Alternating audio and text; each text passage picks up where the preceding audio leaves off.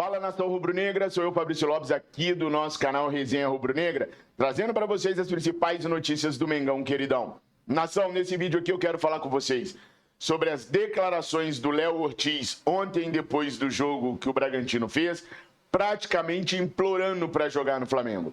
Também quero falar sobre Gustavo Grossi. Lembra dele? Gustavo Grossi era aquele parceiro do Marcelo Galhardo que formou, entre outros jogadores, Enzo Fernandes, Nico de la Cruz, entre vários jogadores que o River Plate vendeu e vendeu muito bem, ou acabou utilizando nas conquistas de campeonatos argentinos, de Copas da Liga da Argentina e na própria Libertadores da América. O Flamengo flertava com o Gustavo Grossi e eu quero contar para vocês o que aconteceu com ele depois que ele saiu do Internacional de Porto Alegre. Será que ele vem para o Mengão? Será que ele já tem outro destino? Vou contar tudo isso para vocês nesse vídeo aqui. Além, é claro, de falar como que o Flamengo está se preparando para o jogo de terça-feira.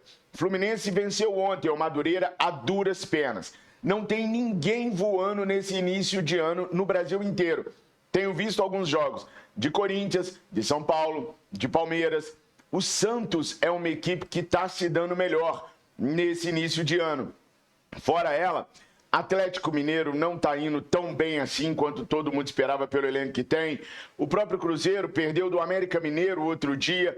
Então não tem ninguém sobrando. Vasco, Botafogo, Fluminense, não tem ninguém sobrando. Apesar da torcida rubro-negra estar cobrando horrores do técnico Tite, não há ninguém no Brasil sobrando. O técnico Tite acabou de completar 20 jogos pelo Flamengo. E o aproveitamento dele é o mesmo aproveitamento do técnico Jorge Jesus nos seus primeiros 20 jogos. 70% de aproveitamento. Podemos discutir a maneira como o time do Jorge Jesus atuava. Era mais bonito, era mais vistoso, era mais encantador ver a equipe do Jorge Jesus atuando. Mas isso porque o Jorge Jesus trouxe uma série de inovações. Marcação sobre pressão, marcação alta, as linhas subindo, diminuindo o espaço no campo, jogando de uma maneira que só na Europa se jogava, aqui na América do Sul não. Com o Tite, as coisas são do jeito que são. Então, mesmo o time não dando espetáculos, não jogando maravilhosamente bem, começamos o ano de 2024 da mesma maneira que o Jorge Jesus começou o ano em 2019. É claro, você tem todo o direito de dizer: Fabrício, mas Jorge Jesus pegou Libertadores, Copa do Brasil e Brasileirão. E foi eliminado da Copa do Brasil pelo Atlético do Paraná, do Léo Pereira, vale lembrar. Mas o Tite só está com o Carioca, verdade. Mas o percentual de 70% é um percentual alto, é um percentual interessante, é um percentual que dá margem para a gente acreditar que as coisas vão evoluir, que as coisas podem melhorar. Ainda mais com o elenco que a gente tem e com os possíveis reforços que ainda podem vir nessa janela e na janela do meio do ano. Porque o orçamento de 160 milhões de reais era para trabalhar jogadores agora, no primeiro semestre. Amanhã vai rolar uma reunião do Conselho de Futebol do Flamengo, onde eles vão definir, inclusive, se eles vão injetar mais dinheiro no futebol para poder pegar essa reta final de janela de transferências, que se encerra no dia 7 de março, para poder contratar o ponta-direita e poder fazer o que for preciso para trazer o tão esperado zagueiro que o técnico Tite quer. Bom, antes da gente adentrar mesmo nas informações e nas notícias do Flamengo, eu vou pedir para você checar se você está inscrito aqui no Resenha Rubro-Negra. Tá não? Então bora se inscrever. Deu? Clicou aí? Se inscreveu? Beleza. Agora clica no sininho e marque a opção todas. Assim você vai receber todos os avisos de novos vídeos e lives nos nossos canais. Valeu? Agora curta, comenta e compartilha. Curtindo e comentando, você vai estar proporcionando engajamento nesse vídeo aqui. O YouTube vai perceber e vai entregar esse vídeo para as pessoas que não são inscritas no nosso canal. Quem sabe elas gostam e venham se inscrever, fazendo com que o canal continue crescendo. Além disso, comentando, você vai ter o seu comentário lido lá no nosso canal Live Mengo TV. Todos os dias, às 15 horas, a gente faz o Respondendo a Comentários, que é quando a gente pega comentários dos nossos vídeos, lê e responde. Então, se você quer ter uma interatividade maior comigo, comenta para eu poder ler o seu comentário, para a gente poder debater e ter uma interatividade maior. Valeu? Isso você só encontra aqui nos canais da família VVP. Nação, Gustavo Grossi é um baita de um profissional, que tem como principal características revelar e desenvolver talentos para as equipes às quais trabalha. Trabalhando debaixo de projetos em colaboração com as equipes profissionais, ele trabalhou em várias equipes argentinas com muito sucesso. Mas o destaque da carreira do Gustavo Grossi veio mesmo na parceria que ele fez com River Plate e com o técnico Marcelo Gallardo. No tempo em que esteve junto com o Gallardo no River Plate, ele revelou mais de 300 talentos para a equipe argentina, das quais muitas foram campeões da Libertadores, da Liga Argentina, do Campeonato Argentino com o River, e muitas outras foram vendidos mundo afora e vendidos muito bem. Foi o olho clínico dele que descobriu o Nicolás de la Cruz no Liverpool do Uruguai. Foi o trabalho dele que desenvolveu o Nicolás a ser o jogador que ele é hoje. Além de Enzo Fernandes, entre outros grandes jogadores. Com a saída do Marcelo Gallardo do River Plate, o projeto terminou e ele foi para o Internacional de Porto Alegre, onde também fez com que a base do Internacional fosse reformulada e tivesse colhendo frutos que até hoje o Inter ainda recebe por eles. Agora, Gustavo Grossi deixou o Inter. O Flamengo, no meio do ano passado, começou um namoro com o Gustavo Grossi. Começou uma tentativa de trazê-lo para o Mengão para reformular nossa base e fazer da nossa base, que já tem uma excelência na formação de jogadores, ficar melhor ainda. Acontece que deu errado. Deu errado para nós, mas deu muito certo para o Gustavo Grossi. A seleção argentina o convidou e hoje ele é profissional da seleção argentina. Portanto, não tem como mais o Gustavo Grossi ser profissional das categorias de base do Mengão. Seria excelente? Seria, porque ele é simplesmente o melhor naquilo que ele faz.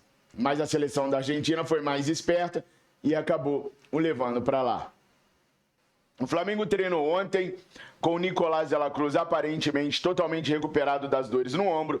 Isso quer dizer que ele estará à disposição do técnico Tite para o jogo desta terça-feira contra a equipe do Boa Vista no Maracanã. Matias Vinha treinou ontem recém-chegado da Itália, mas não treinou junto com os jogadores. Ele treinou somente na academia. A expectativa é que ele faça um treino agora no campo junto com os demais jogadores, sem nenhuma limitação física. Isso ocorrendo, Matias Vinha também ficará liberado para o técnico Tite poder utilizá-lo contra o Boa Vista nessa terça-feira às 21h30, mais uma vez no Maracanã. E por que eu estou dizendo mais uma vez no Maracanã? Porque jogar carioca no Maracanã é totalmente deficitário para o Flamengo. Sempre foi, principalmente nos últimos anos.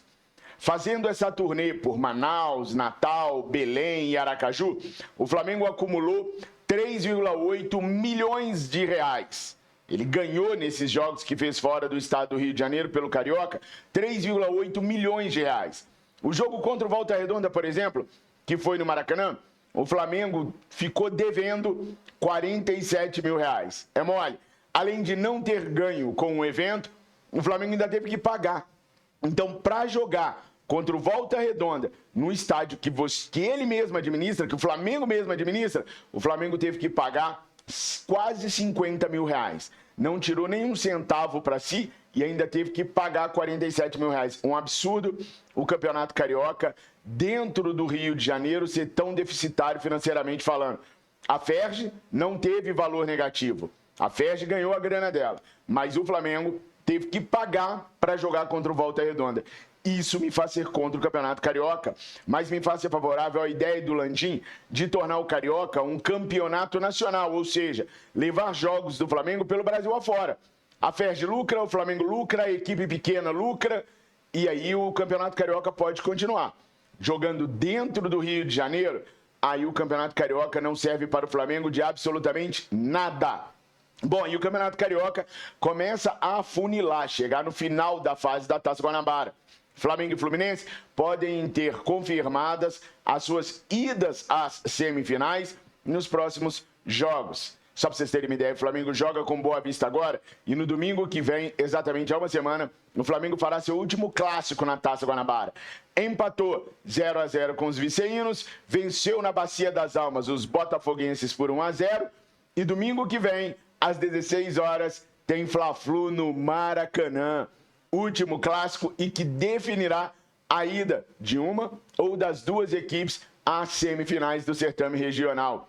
Com isso, a gente já vai se aproximando das retas finais dos estaduais e já começamos a nos preocupar com a chegada da Libertadores da América. Dia 3 de abril tem o primeiro jogo da fase de grupos da Libertadores. Ou seja, é só mais um mês de março aí, nação, para o couro começar a cantar de verdade. Aí eu lanço minha perguntinha para vocês. No compasso que o time do Tite está indo, você acredita que ele vai deixar o Flamengo prontinho para a gente jogar a Libertadores no dia 3 de abril? E os reforços? Vocês acreditam que vão chegar a tempo para poder se entrosar com o Flamengo direitinho e poder estrear nas semifinais do Campeonato Carioca?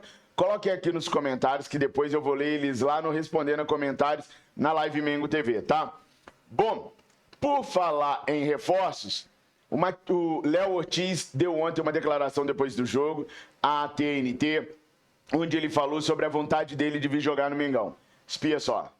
Bom, como eu falei, eu respeito muito a camisa do Red Bull Bragantino e vou honrar até o final. Enquanto eu tiver contrato e nada tiver resolvido, eu vou jogar e vou dar meu sangue. Não vou em nenhum momento desmerecer o clube por causa disso. Como eu disse, me deu a oportunidade quando poucos clubes me dariam. Eu sei que as coisas estão andando, eu dei um passo atrás a partir do momento que começou os jogos, porque eu preciso focar só nisso, né? Não dá para ficar me distraindo com outras coisas e o comprometimento sempre vai ser com o clube que eu estou jogando agora. Mas as pessoas que controlam minha carreira, meu staff, minha irmã, meu empresário, eles sabem da minha vontade, os clubes também sabem da minha vontade, do que eu quero, mas as coisas vão, espero que as coisas andem, mas enquanto isso eu vou estar honrando e jogando normal pelo Red Bull Bragantino. Boa, nação, já tá ficando feio pro Flamengo, né? Mas deixa eu esclarecer uma parada para vocês. A questão não é a questão financeira mais. Questão financeira tá acertada. O que tá pegando entre Flamengo e Bragantino é que o Bragantino quer uma entrada de um valor maior. Estima-se que o Bragantino queira 60% do valor total de entrada. E é aí que tem problema no Flamengo. A reunião que vai acontecer amanhã vai definir se o Flamengo vai injetar mais dinheiro para poder fazer essa entrada maior que o Red Bull Bragantino está querendo. Se o Flamengo definir que não pode colocar mais dinheiro nessa entrada, o Flamengo deve partir para um plano B depois de se reunir com o Bragantino. Então o cronograma é o seguinte: amanhã, reunião do Conselho de Futebol do Flamengo. Define-se se vão dar esses cerca de 60% de entrada no jogador ou não. Define-se quanto que pode ser dado. Entre terça e quarta-feira, reunião com o Red Bull Bragantino. Coloca-se tudo na mesa e fala-se o que pode ser feito ou não. Se o Bragantino não aceitar, o Flamengo vai começar a lutar pelo plano B, que é o Domingos Duarte, até mesmo o Seba Cáceres, lá do América do México. Então, opções A. A luta pelo Léo Ortiz é pelo que o Tite pede, pelo que o Tite quer. Você insistiria nessa batalha com o Léo Ortiz, mesmo sabendo que ele está louco para jogar pelo Flamengo? Com essas dificuldades que o Bragantino está colocando, vocês continuariam na empreitada ou já teriam ido em outro? De repente, aquele namoro que é mais difícil para começar é o mais duradouro e é o melhor de todos. Não sei. Coloca aqui nos comentários que eu quero muito saber a opinião de vocês. Nação, essas foram as primeiras notícias. Se inscreva, curta, comenta e compartilha para nos ajudar. Tamo juntos. Tenham um excelente domingo. Fiquem com Deus. Eu amo vocês. Saudações rubro-negras. Urubu guerreiro, o meu canto é pra você.